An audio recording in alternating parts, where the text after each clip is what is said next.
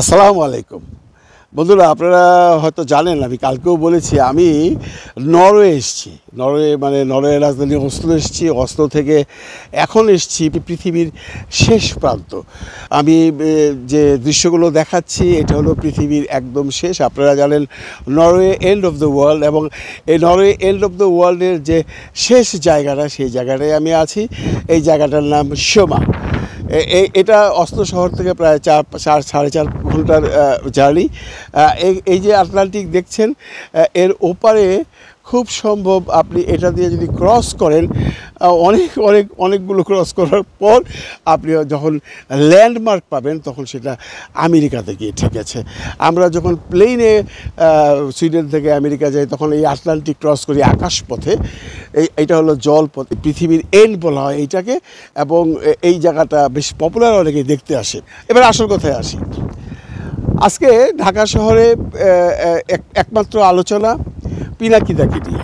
পিনাকি ভট্টাচার্য একটা প্রপোজাল দিয়েছে যে বেগম খালেদা জিয়াকে প্রেসিডেন্ট করবার জন্য। কারণ ওনার কথা হলো যে বর্তমান যে প্রেসিডেন্ট আছেন ওনার কাছ থেকে যদি পরবর্তী সংসদ নেতারা শপথ নেন তাহলে সেটা শুভনীয় হবে না।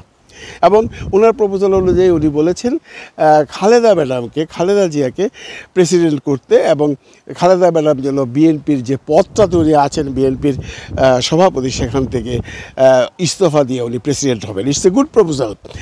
এই পিনাকি দেয় কিন্তু এর আগে আরেকটি প্রপোজাল দিয়েছিলেন, সেটা হলো এটি জাতীয় সরকার করবার জন্য। সেটা তখন এইভাবে কেউ নেয়নি, তখন আলোচনা থেমে গিয়েছিল।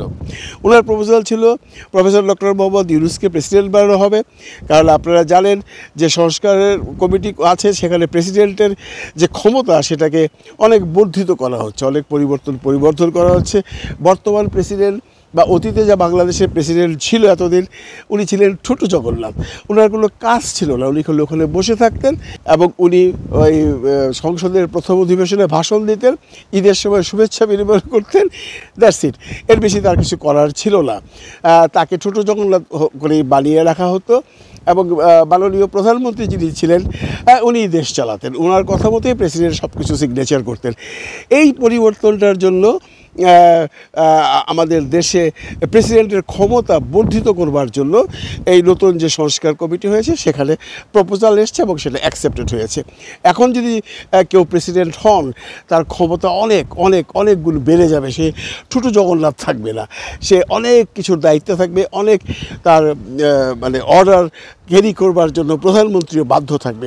এমনটি হলে পরে প্রেসিডেন্ট করবার জন্য প্রপোজাল প্রফেসর ডক্টর মোহাম্মদ ইউনূসের কাছে হয়তো বা যেতে পারে। পিনাকিদার যে প্রথম প্রপোজালটা ছিল সেটা ছিল প্রেসিডেন্ট হবেন প্রফেসর ডক্টর মোহাম্মদ ইউনূস এবং প্রধান উপদেষ্টা হবেন তারেক রহমান। দ্বিতীয় পদে থাকবে উপদেষ্টাদের মধ্যে আমাদের জামায়াতের আমির ডক্টর শফিকুর রহমান, এবং অন্যান্য উপদেষ্টারা হবেন যারা বর্তমানে কাজ করছেন এবং যারা ভালোভাবে কাজ করেছেন, যারা ক্যাপেবল, তাদের মধ্যে কয়েকজন থাকবে। আর বাকি সব উপদেষ্টাদেরকে নেওয়া হবে বিভিন্ন দলের প্রধানদের কাছ থেকে বা বিভিন্ন দলের প্রপোজাল দিয়ে প্রপোর্শনালি সবখান থেকে এক একজন করে নিয়ে একটা সুন্দর করে জাতীয় সরকার করে তারপর ওরা বেশ কিছুদিন দেশ চালাবে। দেশে যখন টোটালি সবার কন্ট্রোলে চলে আসবে তখন একটা ইলেকশন হবে। তো এই প্রপোজাল দুটো আসবার পর মাথা খারাপ হয়ে গেছে সেই দালালগুলো আজকে সকাল থেকে 4-5টা কন্টেন্ট দেখলাম, আলোচনা ভাই একটাই, তারেক রহমান কি করতেছে, এই সমস্ত প্রপোজাল কেন শুনতেছে। তারেক রহমান চাইলে তো কালকে, চাইলে পরশু professor doctor Mohammad Yunus election দিতে বাধ্য। উনি ভুল করছে, উনি লন্ডনে বসে কী করছে জানি না। উনি যদি এই সমস্ত প্রপোজাল খালেদা ম্যাডামকে প্রেসিডেন্ট বানানো বিএনপিকে ডুবাইয়া দেওয়া, এটা ওদের ভার্সন। এই যে দালালগুলা, ওরা চায় না এগুলো হোক। আর তারেক রহমানকে উপদেষ্টা বানাবে। তারেক রহমান তো এমনিই বাংলাদেশের প্রাইম মিনিস্টার হবে। তারেক রহমান যদি ইলেকশনে আসে তাহলে পৃথিবীর কোনো শক্তি নাই বিএনপিকে ফেল করাবে।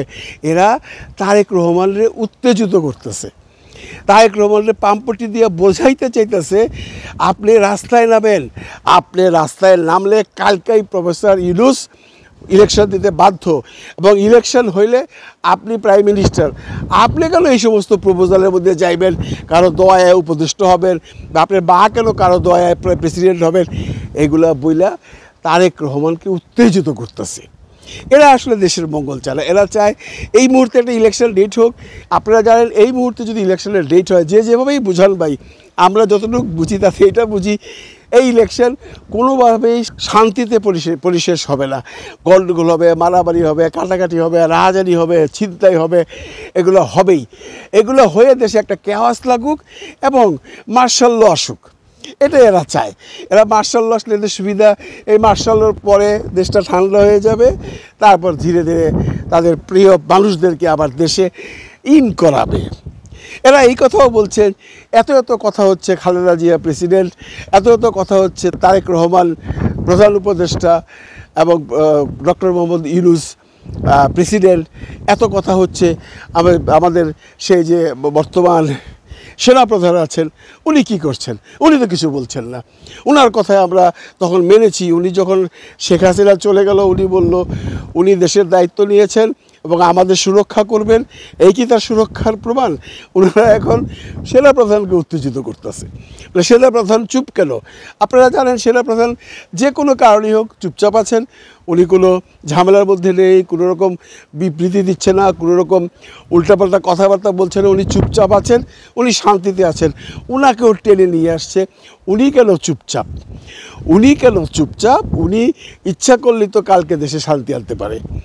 তো এগুলা বলে বলে এরা আসলে দেশটাকে অস্থিতিশীল করবার জন্য পাগল হয়ে গেছে, উন্মাদ হয়ে গেছে।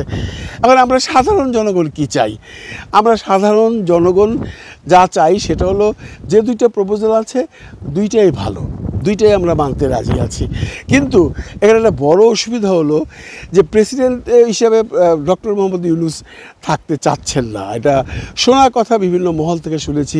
ওনার কাছে তো এর আগেও একবার প্রপোজাল এসেছিল ওয়ার্ল্ড ব্যাংকের গভর্নরে জয়েন করবার জন্য, বা এরকম একটা আলোচনা চলছে এবং এখন নতুন করে আলোচনা চলছে। উনি হয়তোবা জাতিসংঘের মহাসচিব পদটা পাবার জন্য একটা আলোচনা চলছে। অনেকেই বলছেন যে 9 মাস পরে বর্তমান যে মহাসচিব আছেন তার ক্ষমতা বা তার সময় শেষ, তারপর ডক্টর মোহাম্মদ ইউনূসকে চাচ্ছে অনেকেই বলতে আমেরিকায় চাচ্ছে, মনে করেন যে উনি এসে বসুক। এখন প্রফেসর ডক্টর মোহাম্মদ ইউনূস যদি জাতিসংঘের মহাসচিবের পদটা পান অথবা ওয়ার্ল্ড ব্যাংকের গভর্নরের পদটা পান, উনি হয়তো বা এটা ছাড়বেন না। এবং আমরাও চাই না উনি ছাড়ুক। এটা বাংলাদেশের জন্য একটা গর্বের ব্যাপার। উনি অনেক সম্মানিত মানুষ, অনেক সম্মান উনি জীবনে পেয়েছেন। এখন এই দুইটা পদের একটি পদ পেলে তার জীবনে আর কিছুই চাওয়া পাওয়া থাকবে না।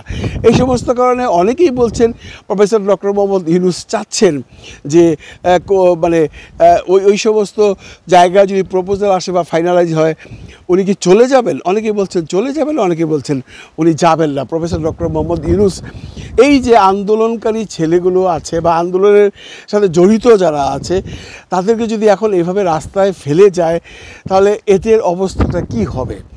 আপনারা একবার ভাবুন তো, এই যে আমরা এত কথা বলছি, স্বাধীনতা আছে আমাদের, আমরা যা ইচ্ছে তাই বলছি, সেটা প্রফেসর ডক্টর মোহাম্মদ ইউনূসের পক্ষে হোক বিপক্ষ হোক, এই যে স্বাধীনতা সেটা তো থাকবে না। উনি চলে যাওয়ার সাথে সাথে দেশে একটা উচ্ছৃঙ্খলতা শুরু হবে, ধরপাকড় শুরু হবে। প্রথমেই ধরবে এই যারা এই আন্দোলন করেছিল, এটাকে অন্য একটা কালার দেওয়ার জন্য, এটাকে একটা বিপ্লবের পরিবর্তিতে এটাকে একটা সন্ত্রাসী কারবার বলে চালিয়ে দিতে পারে। এই সমস্ত কারণে প্রফেসর ডক্টর মোহাম্মদ ইউনূস হয়তোবা এই মুহূর্তে আমাদের ছেড়ে যাবেন না। তবে উনি চাচ্ছেন একটা সুন্দর সমাধান হোক। এখন বাংলাদেশের মানুষ কি চাচ্ছে, আমরা কি চাচ্ছি?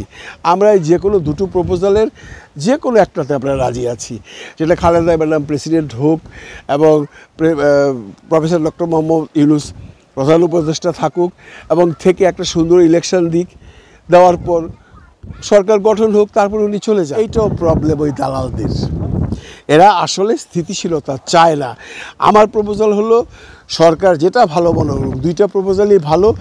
অথবা সরকার যদি চায় সরকার একটা গণভোটে যেতে পারে যে আমরা জাতীয় সরকার গঠন করব কি না।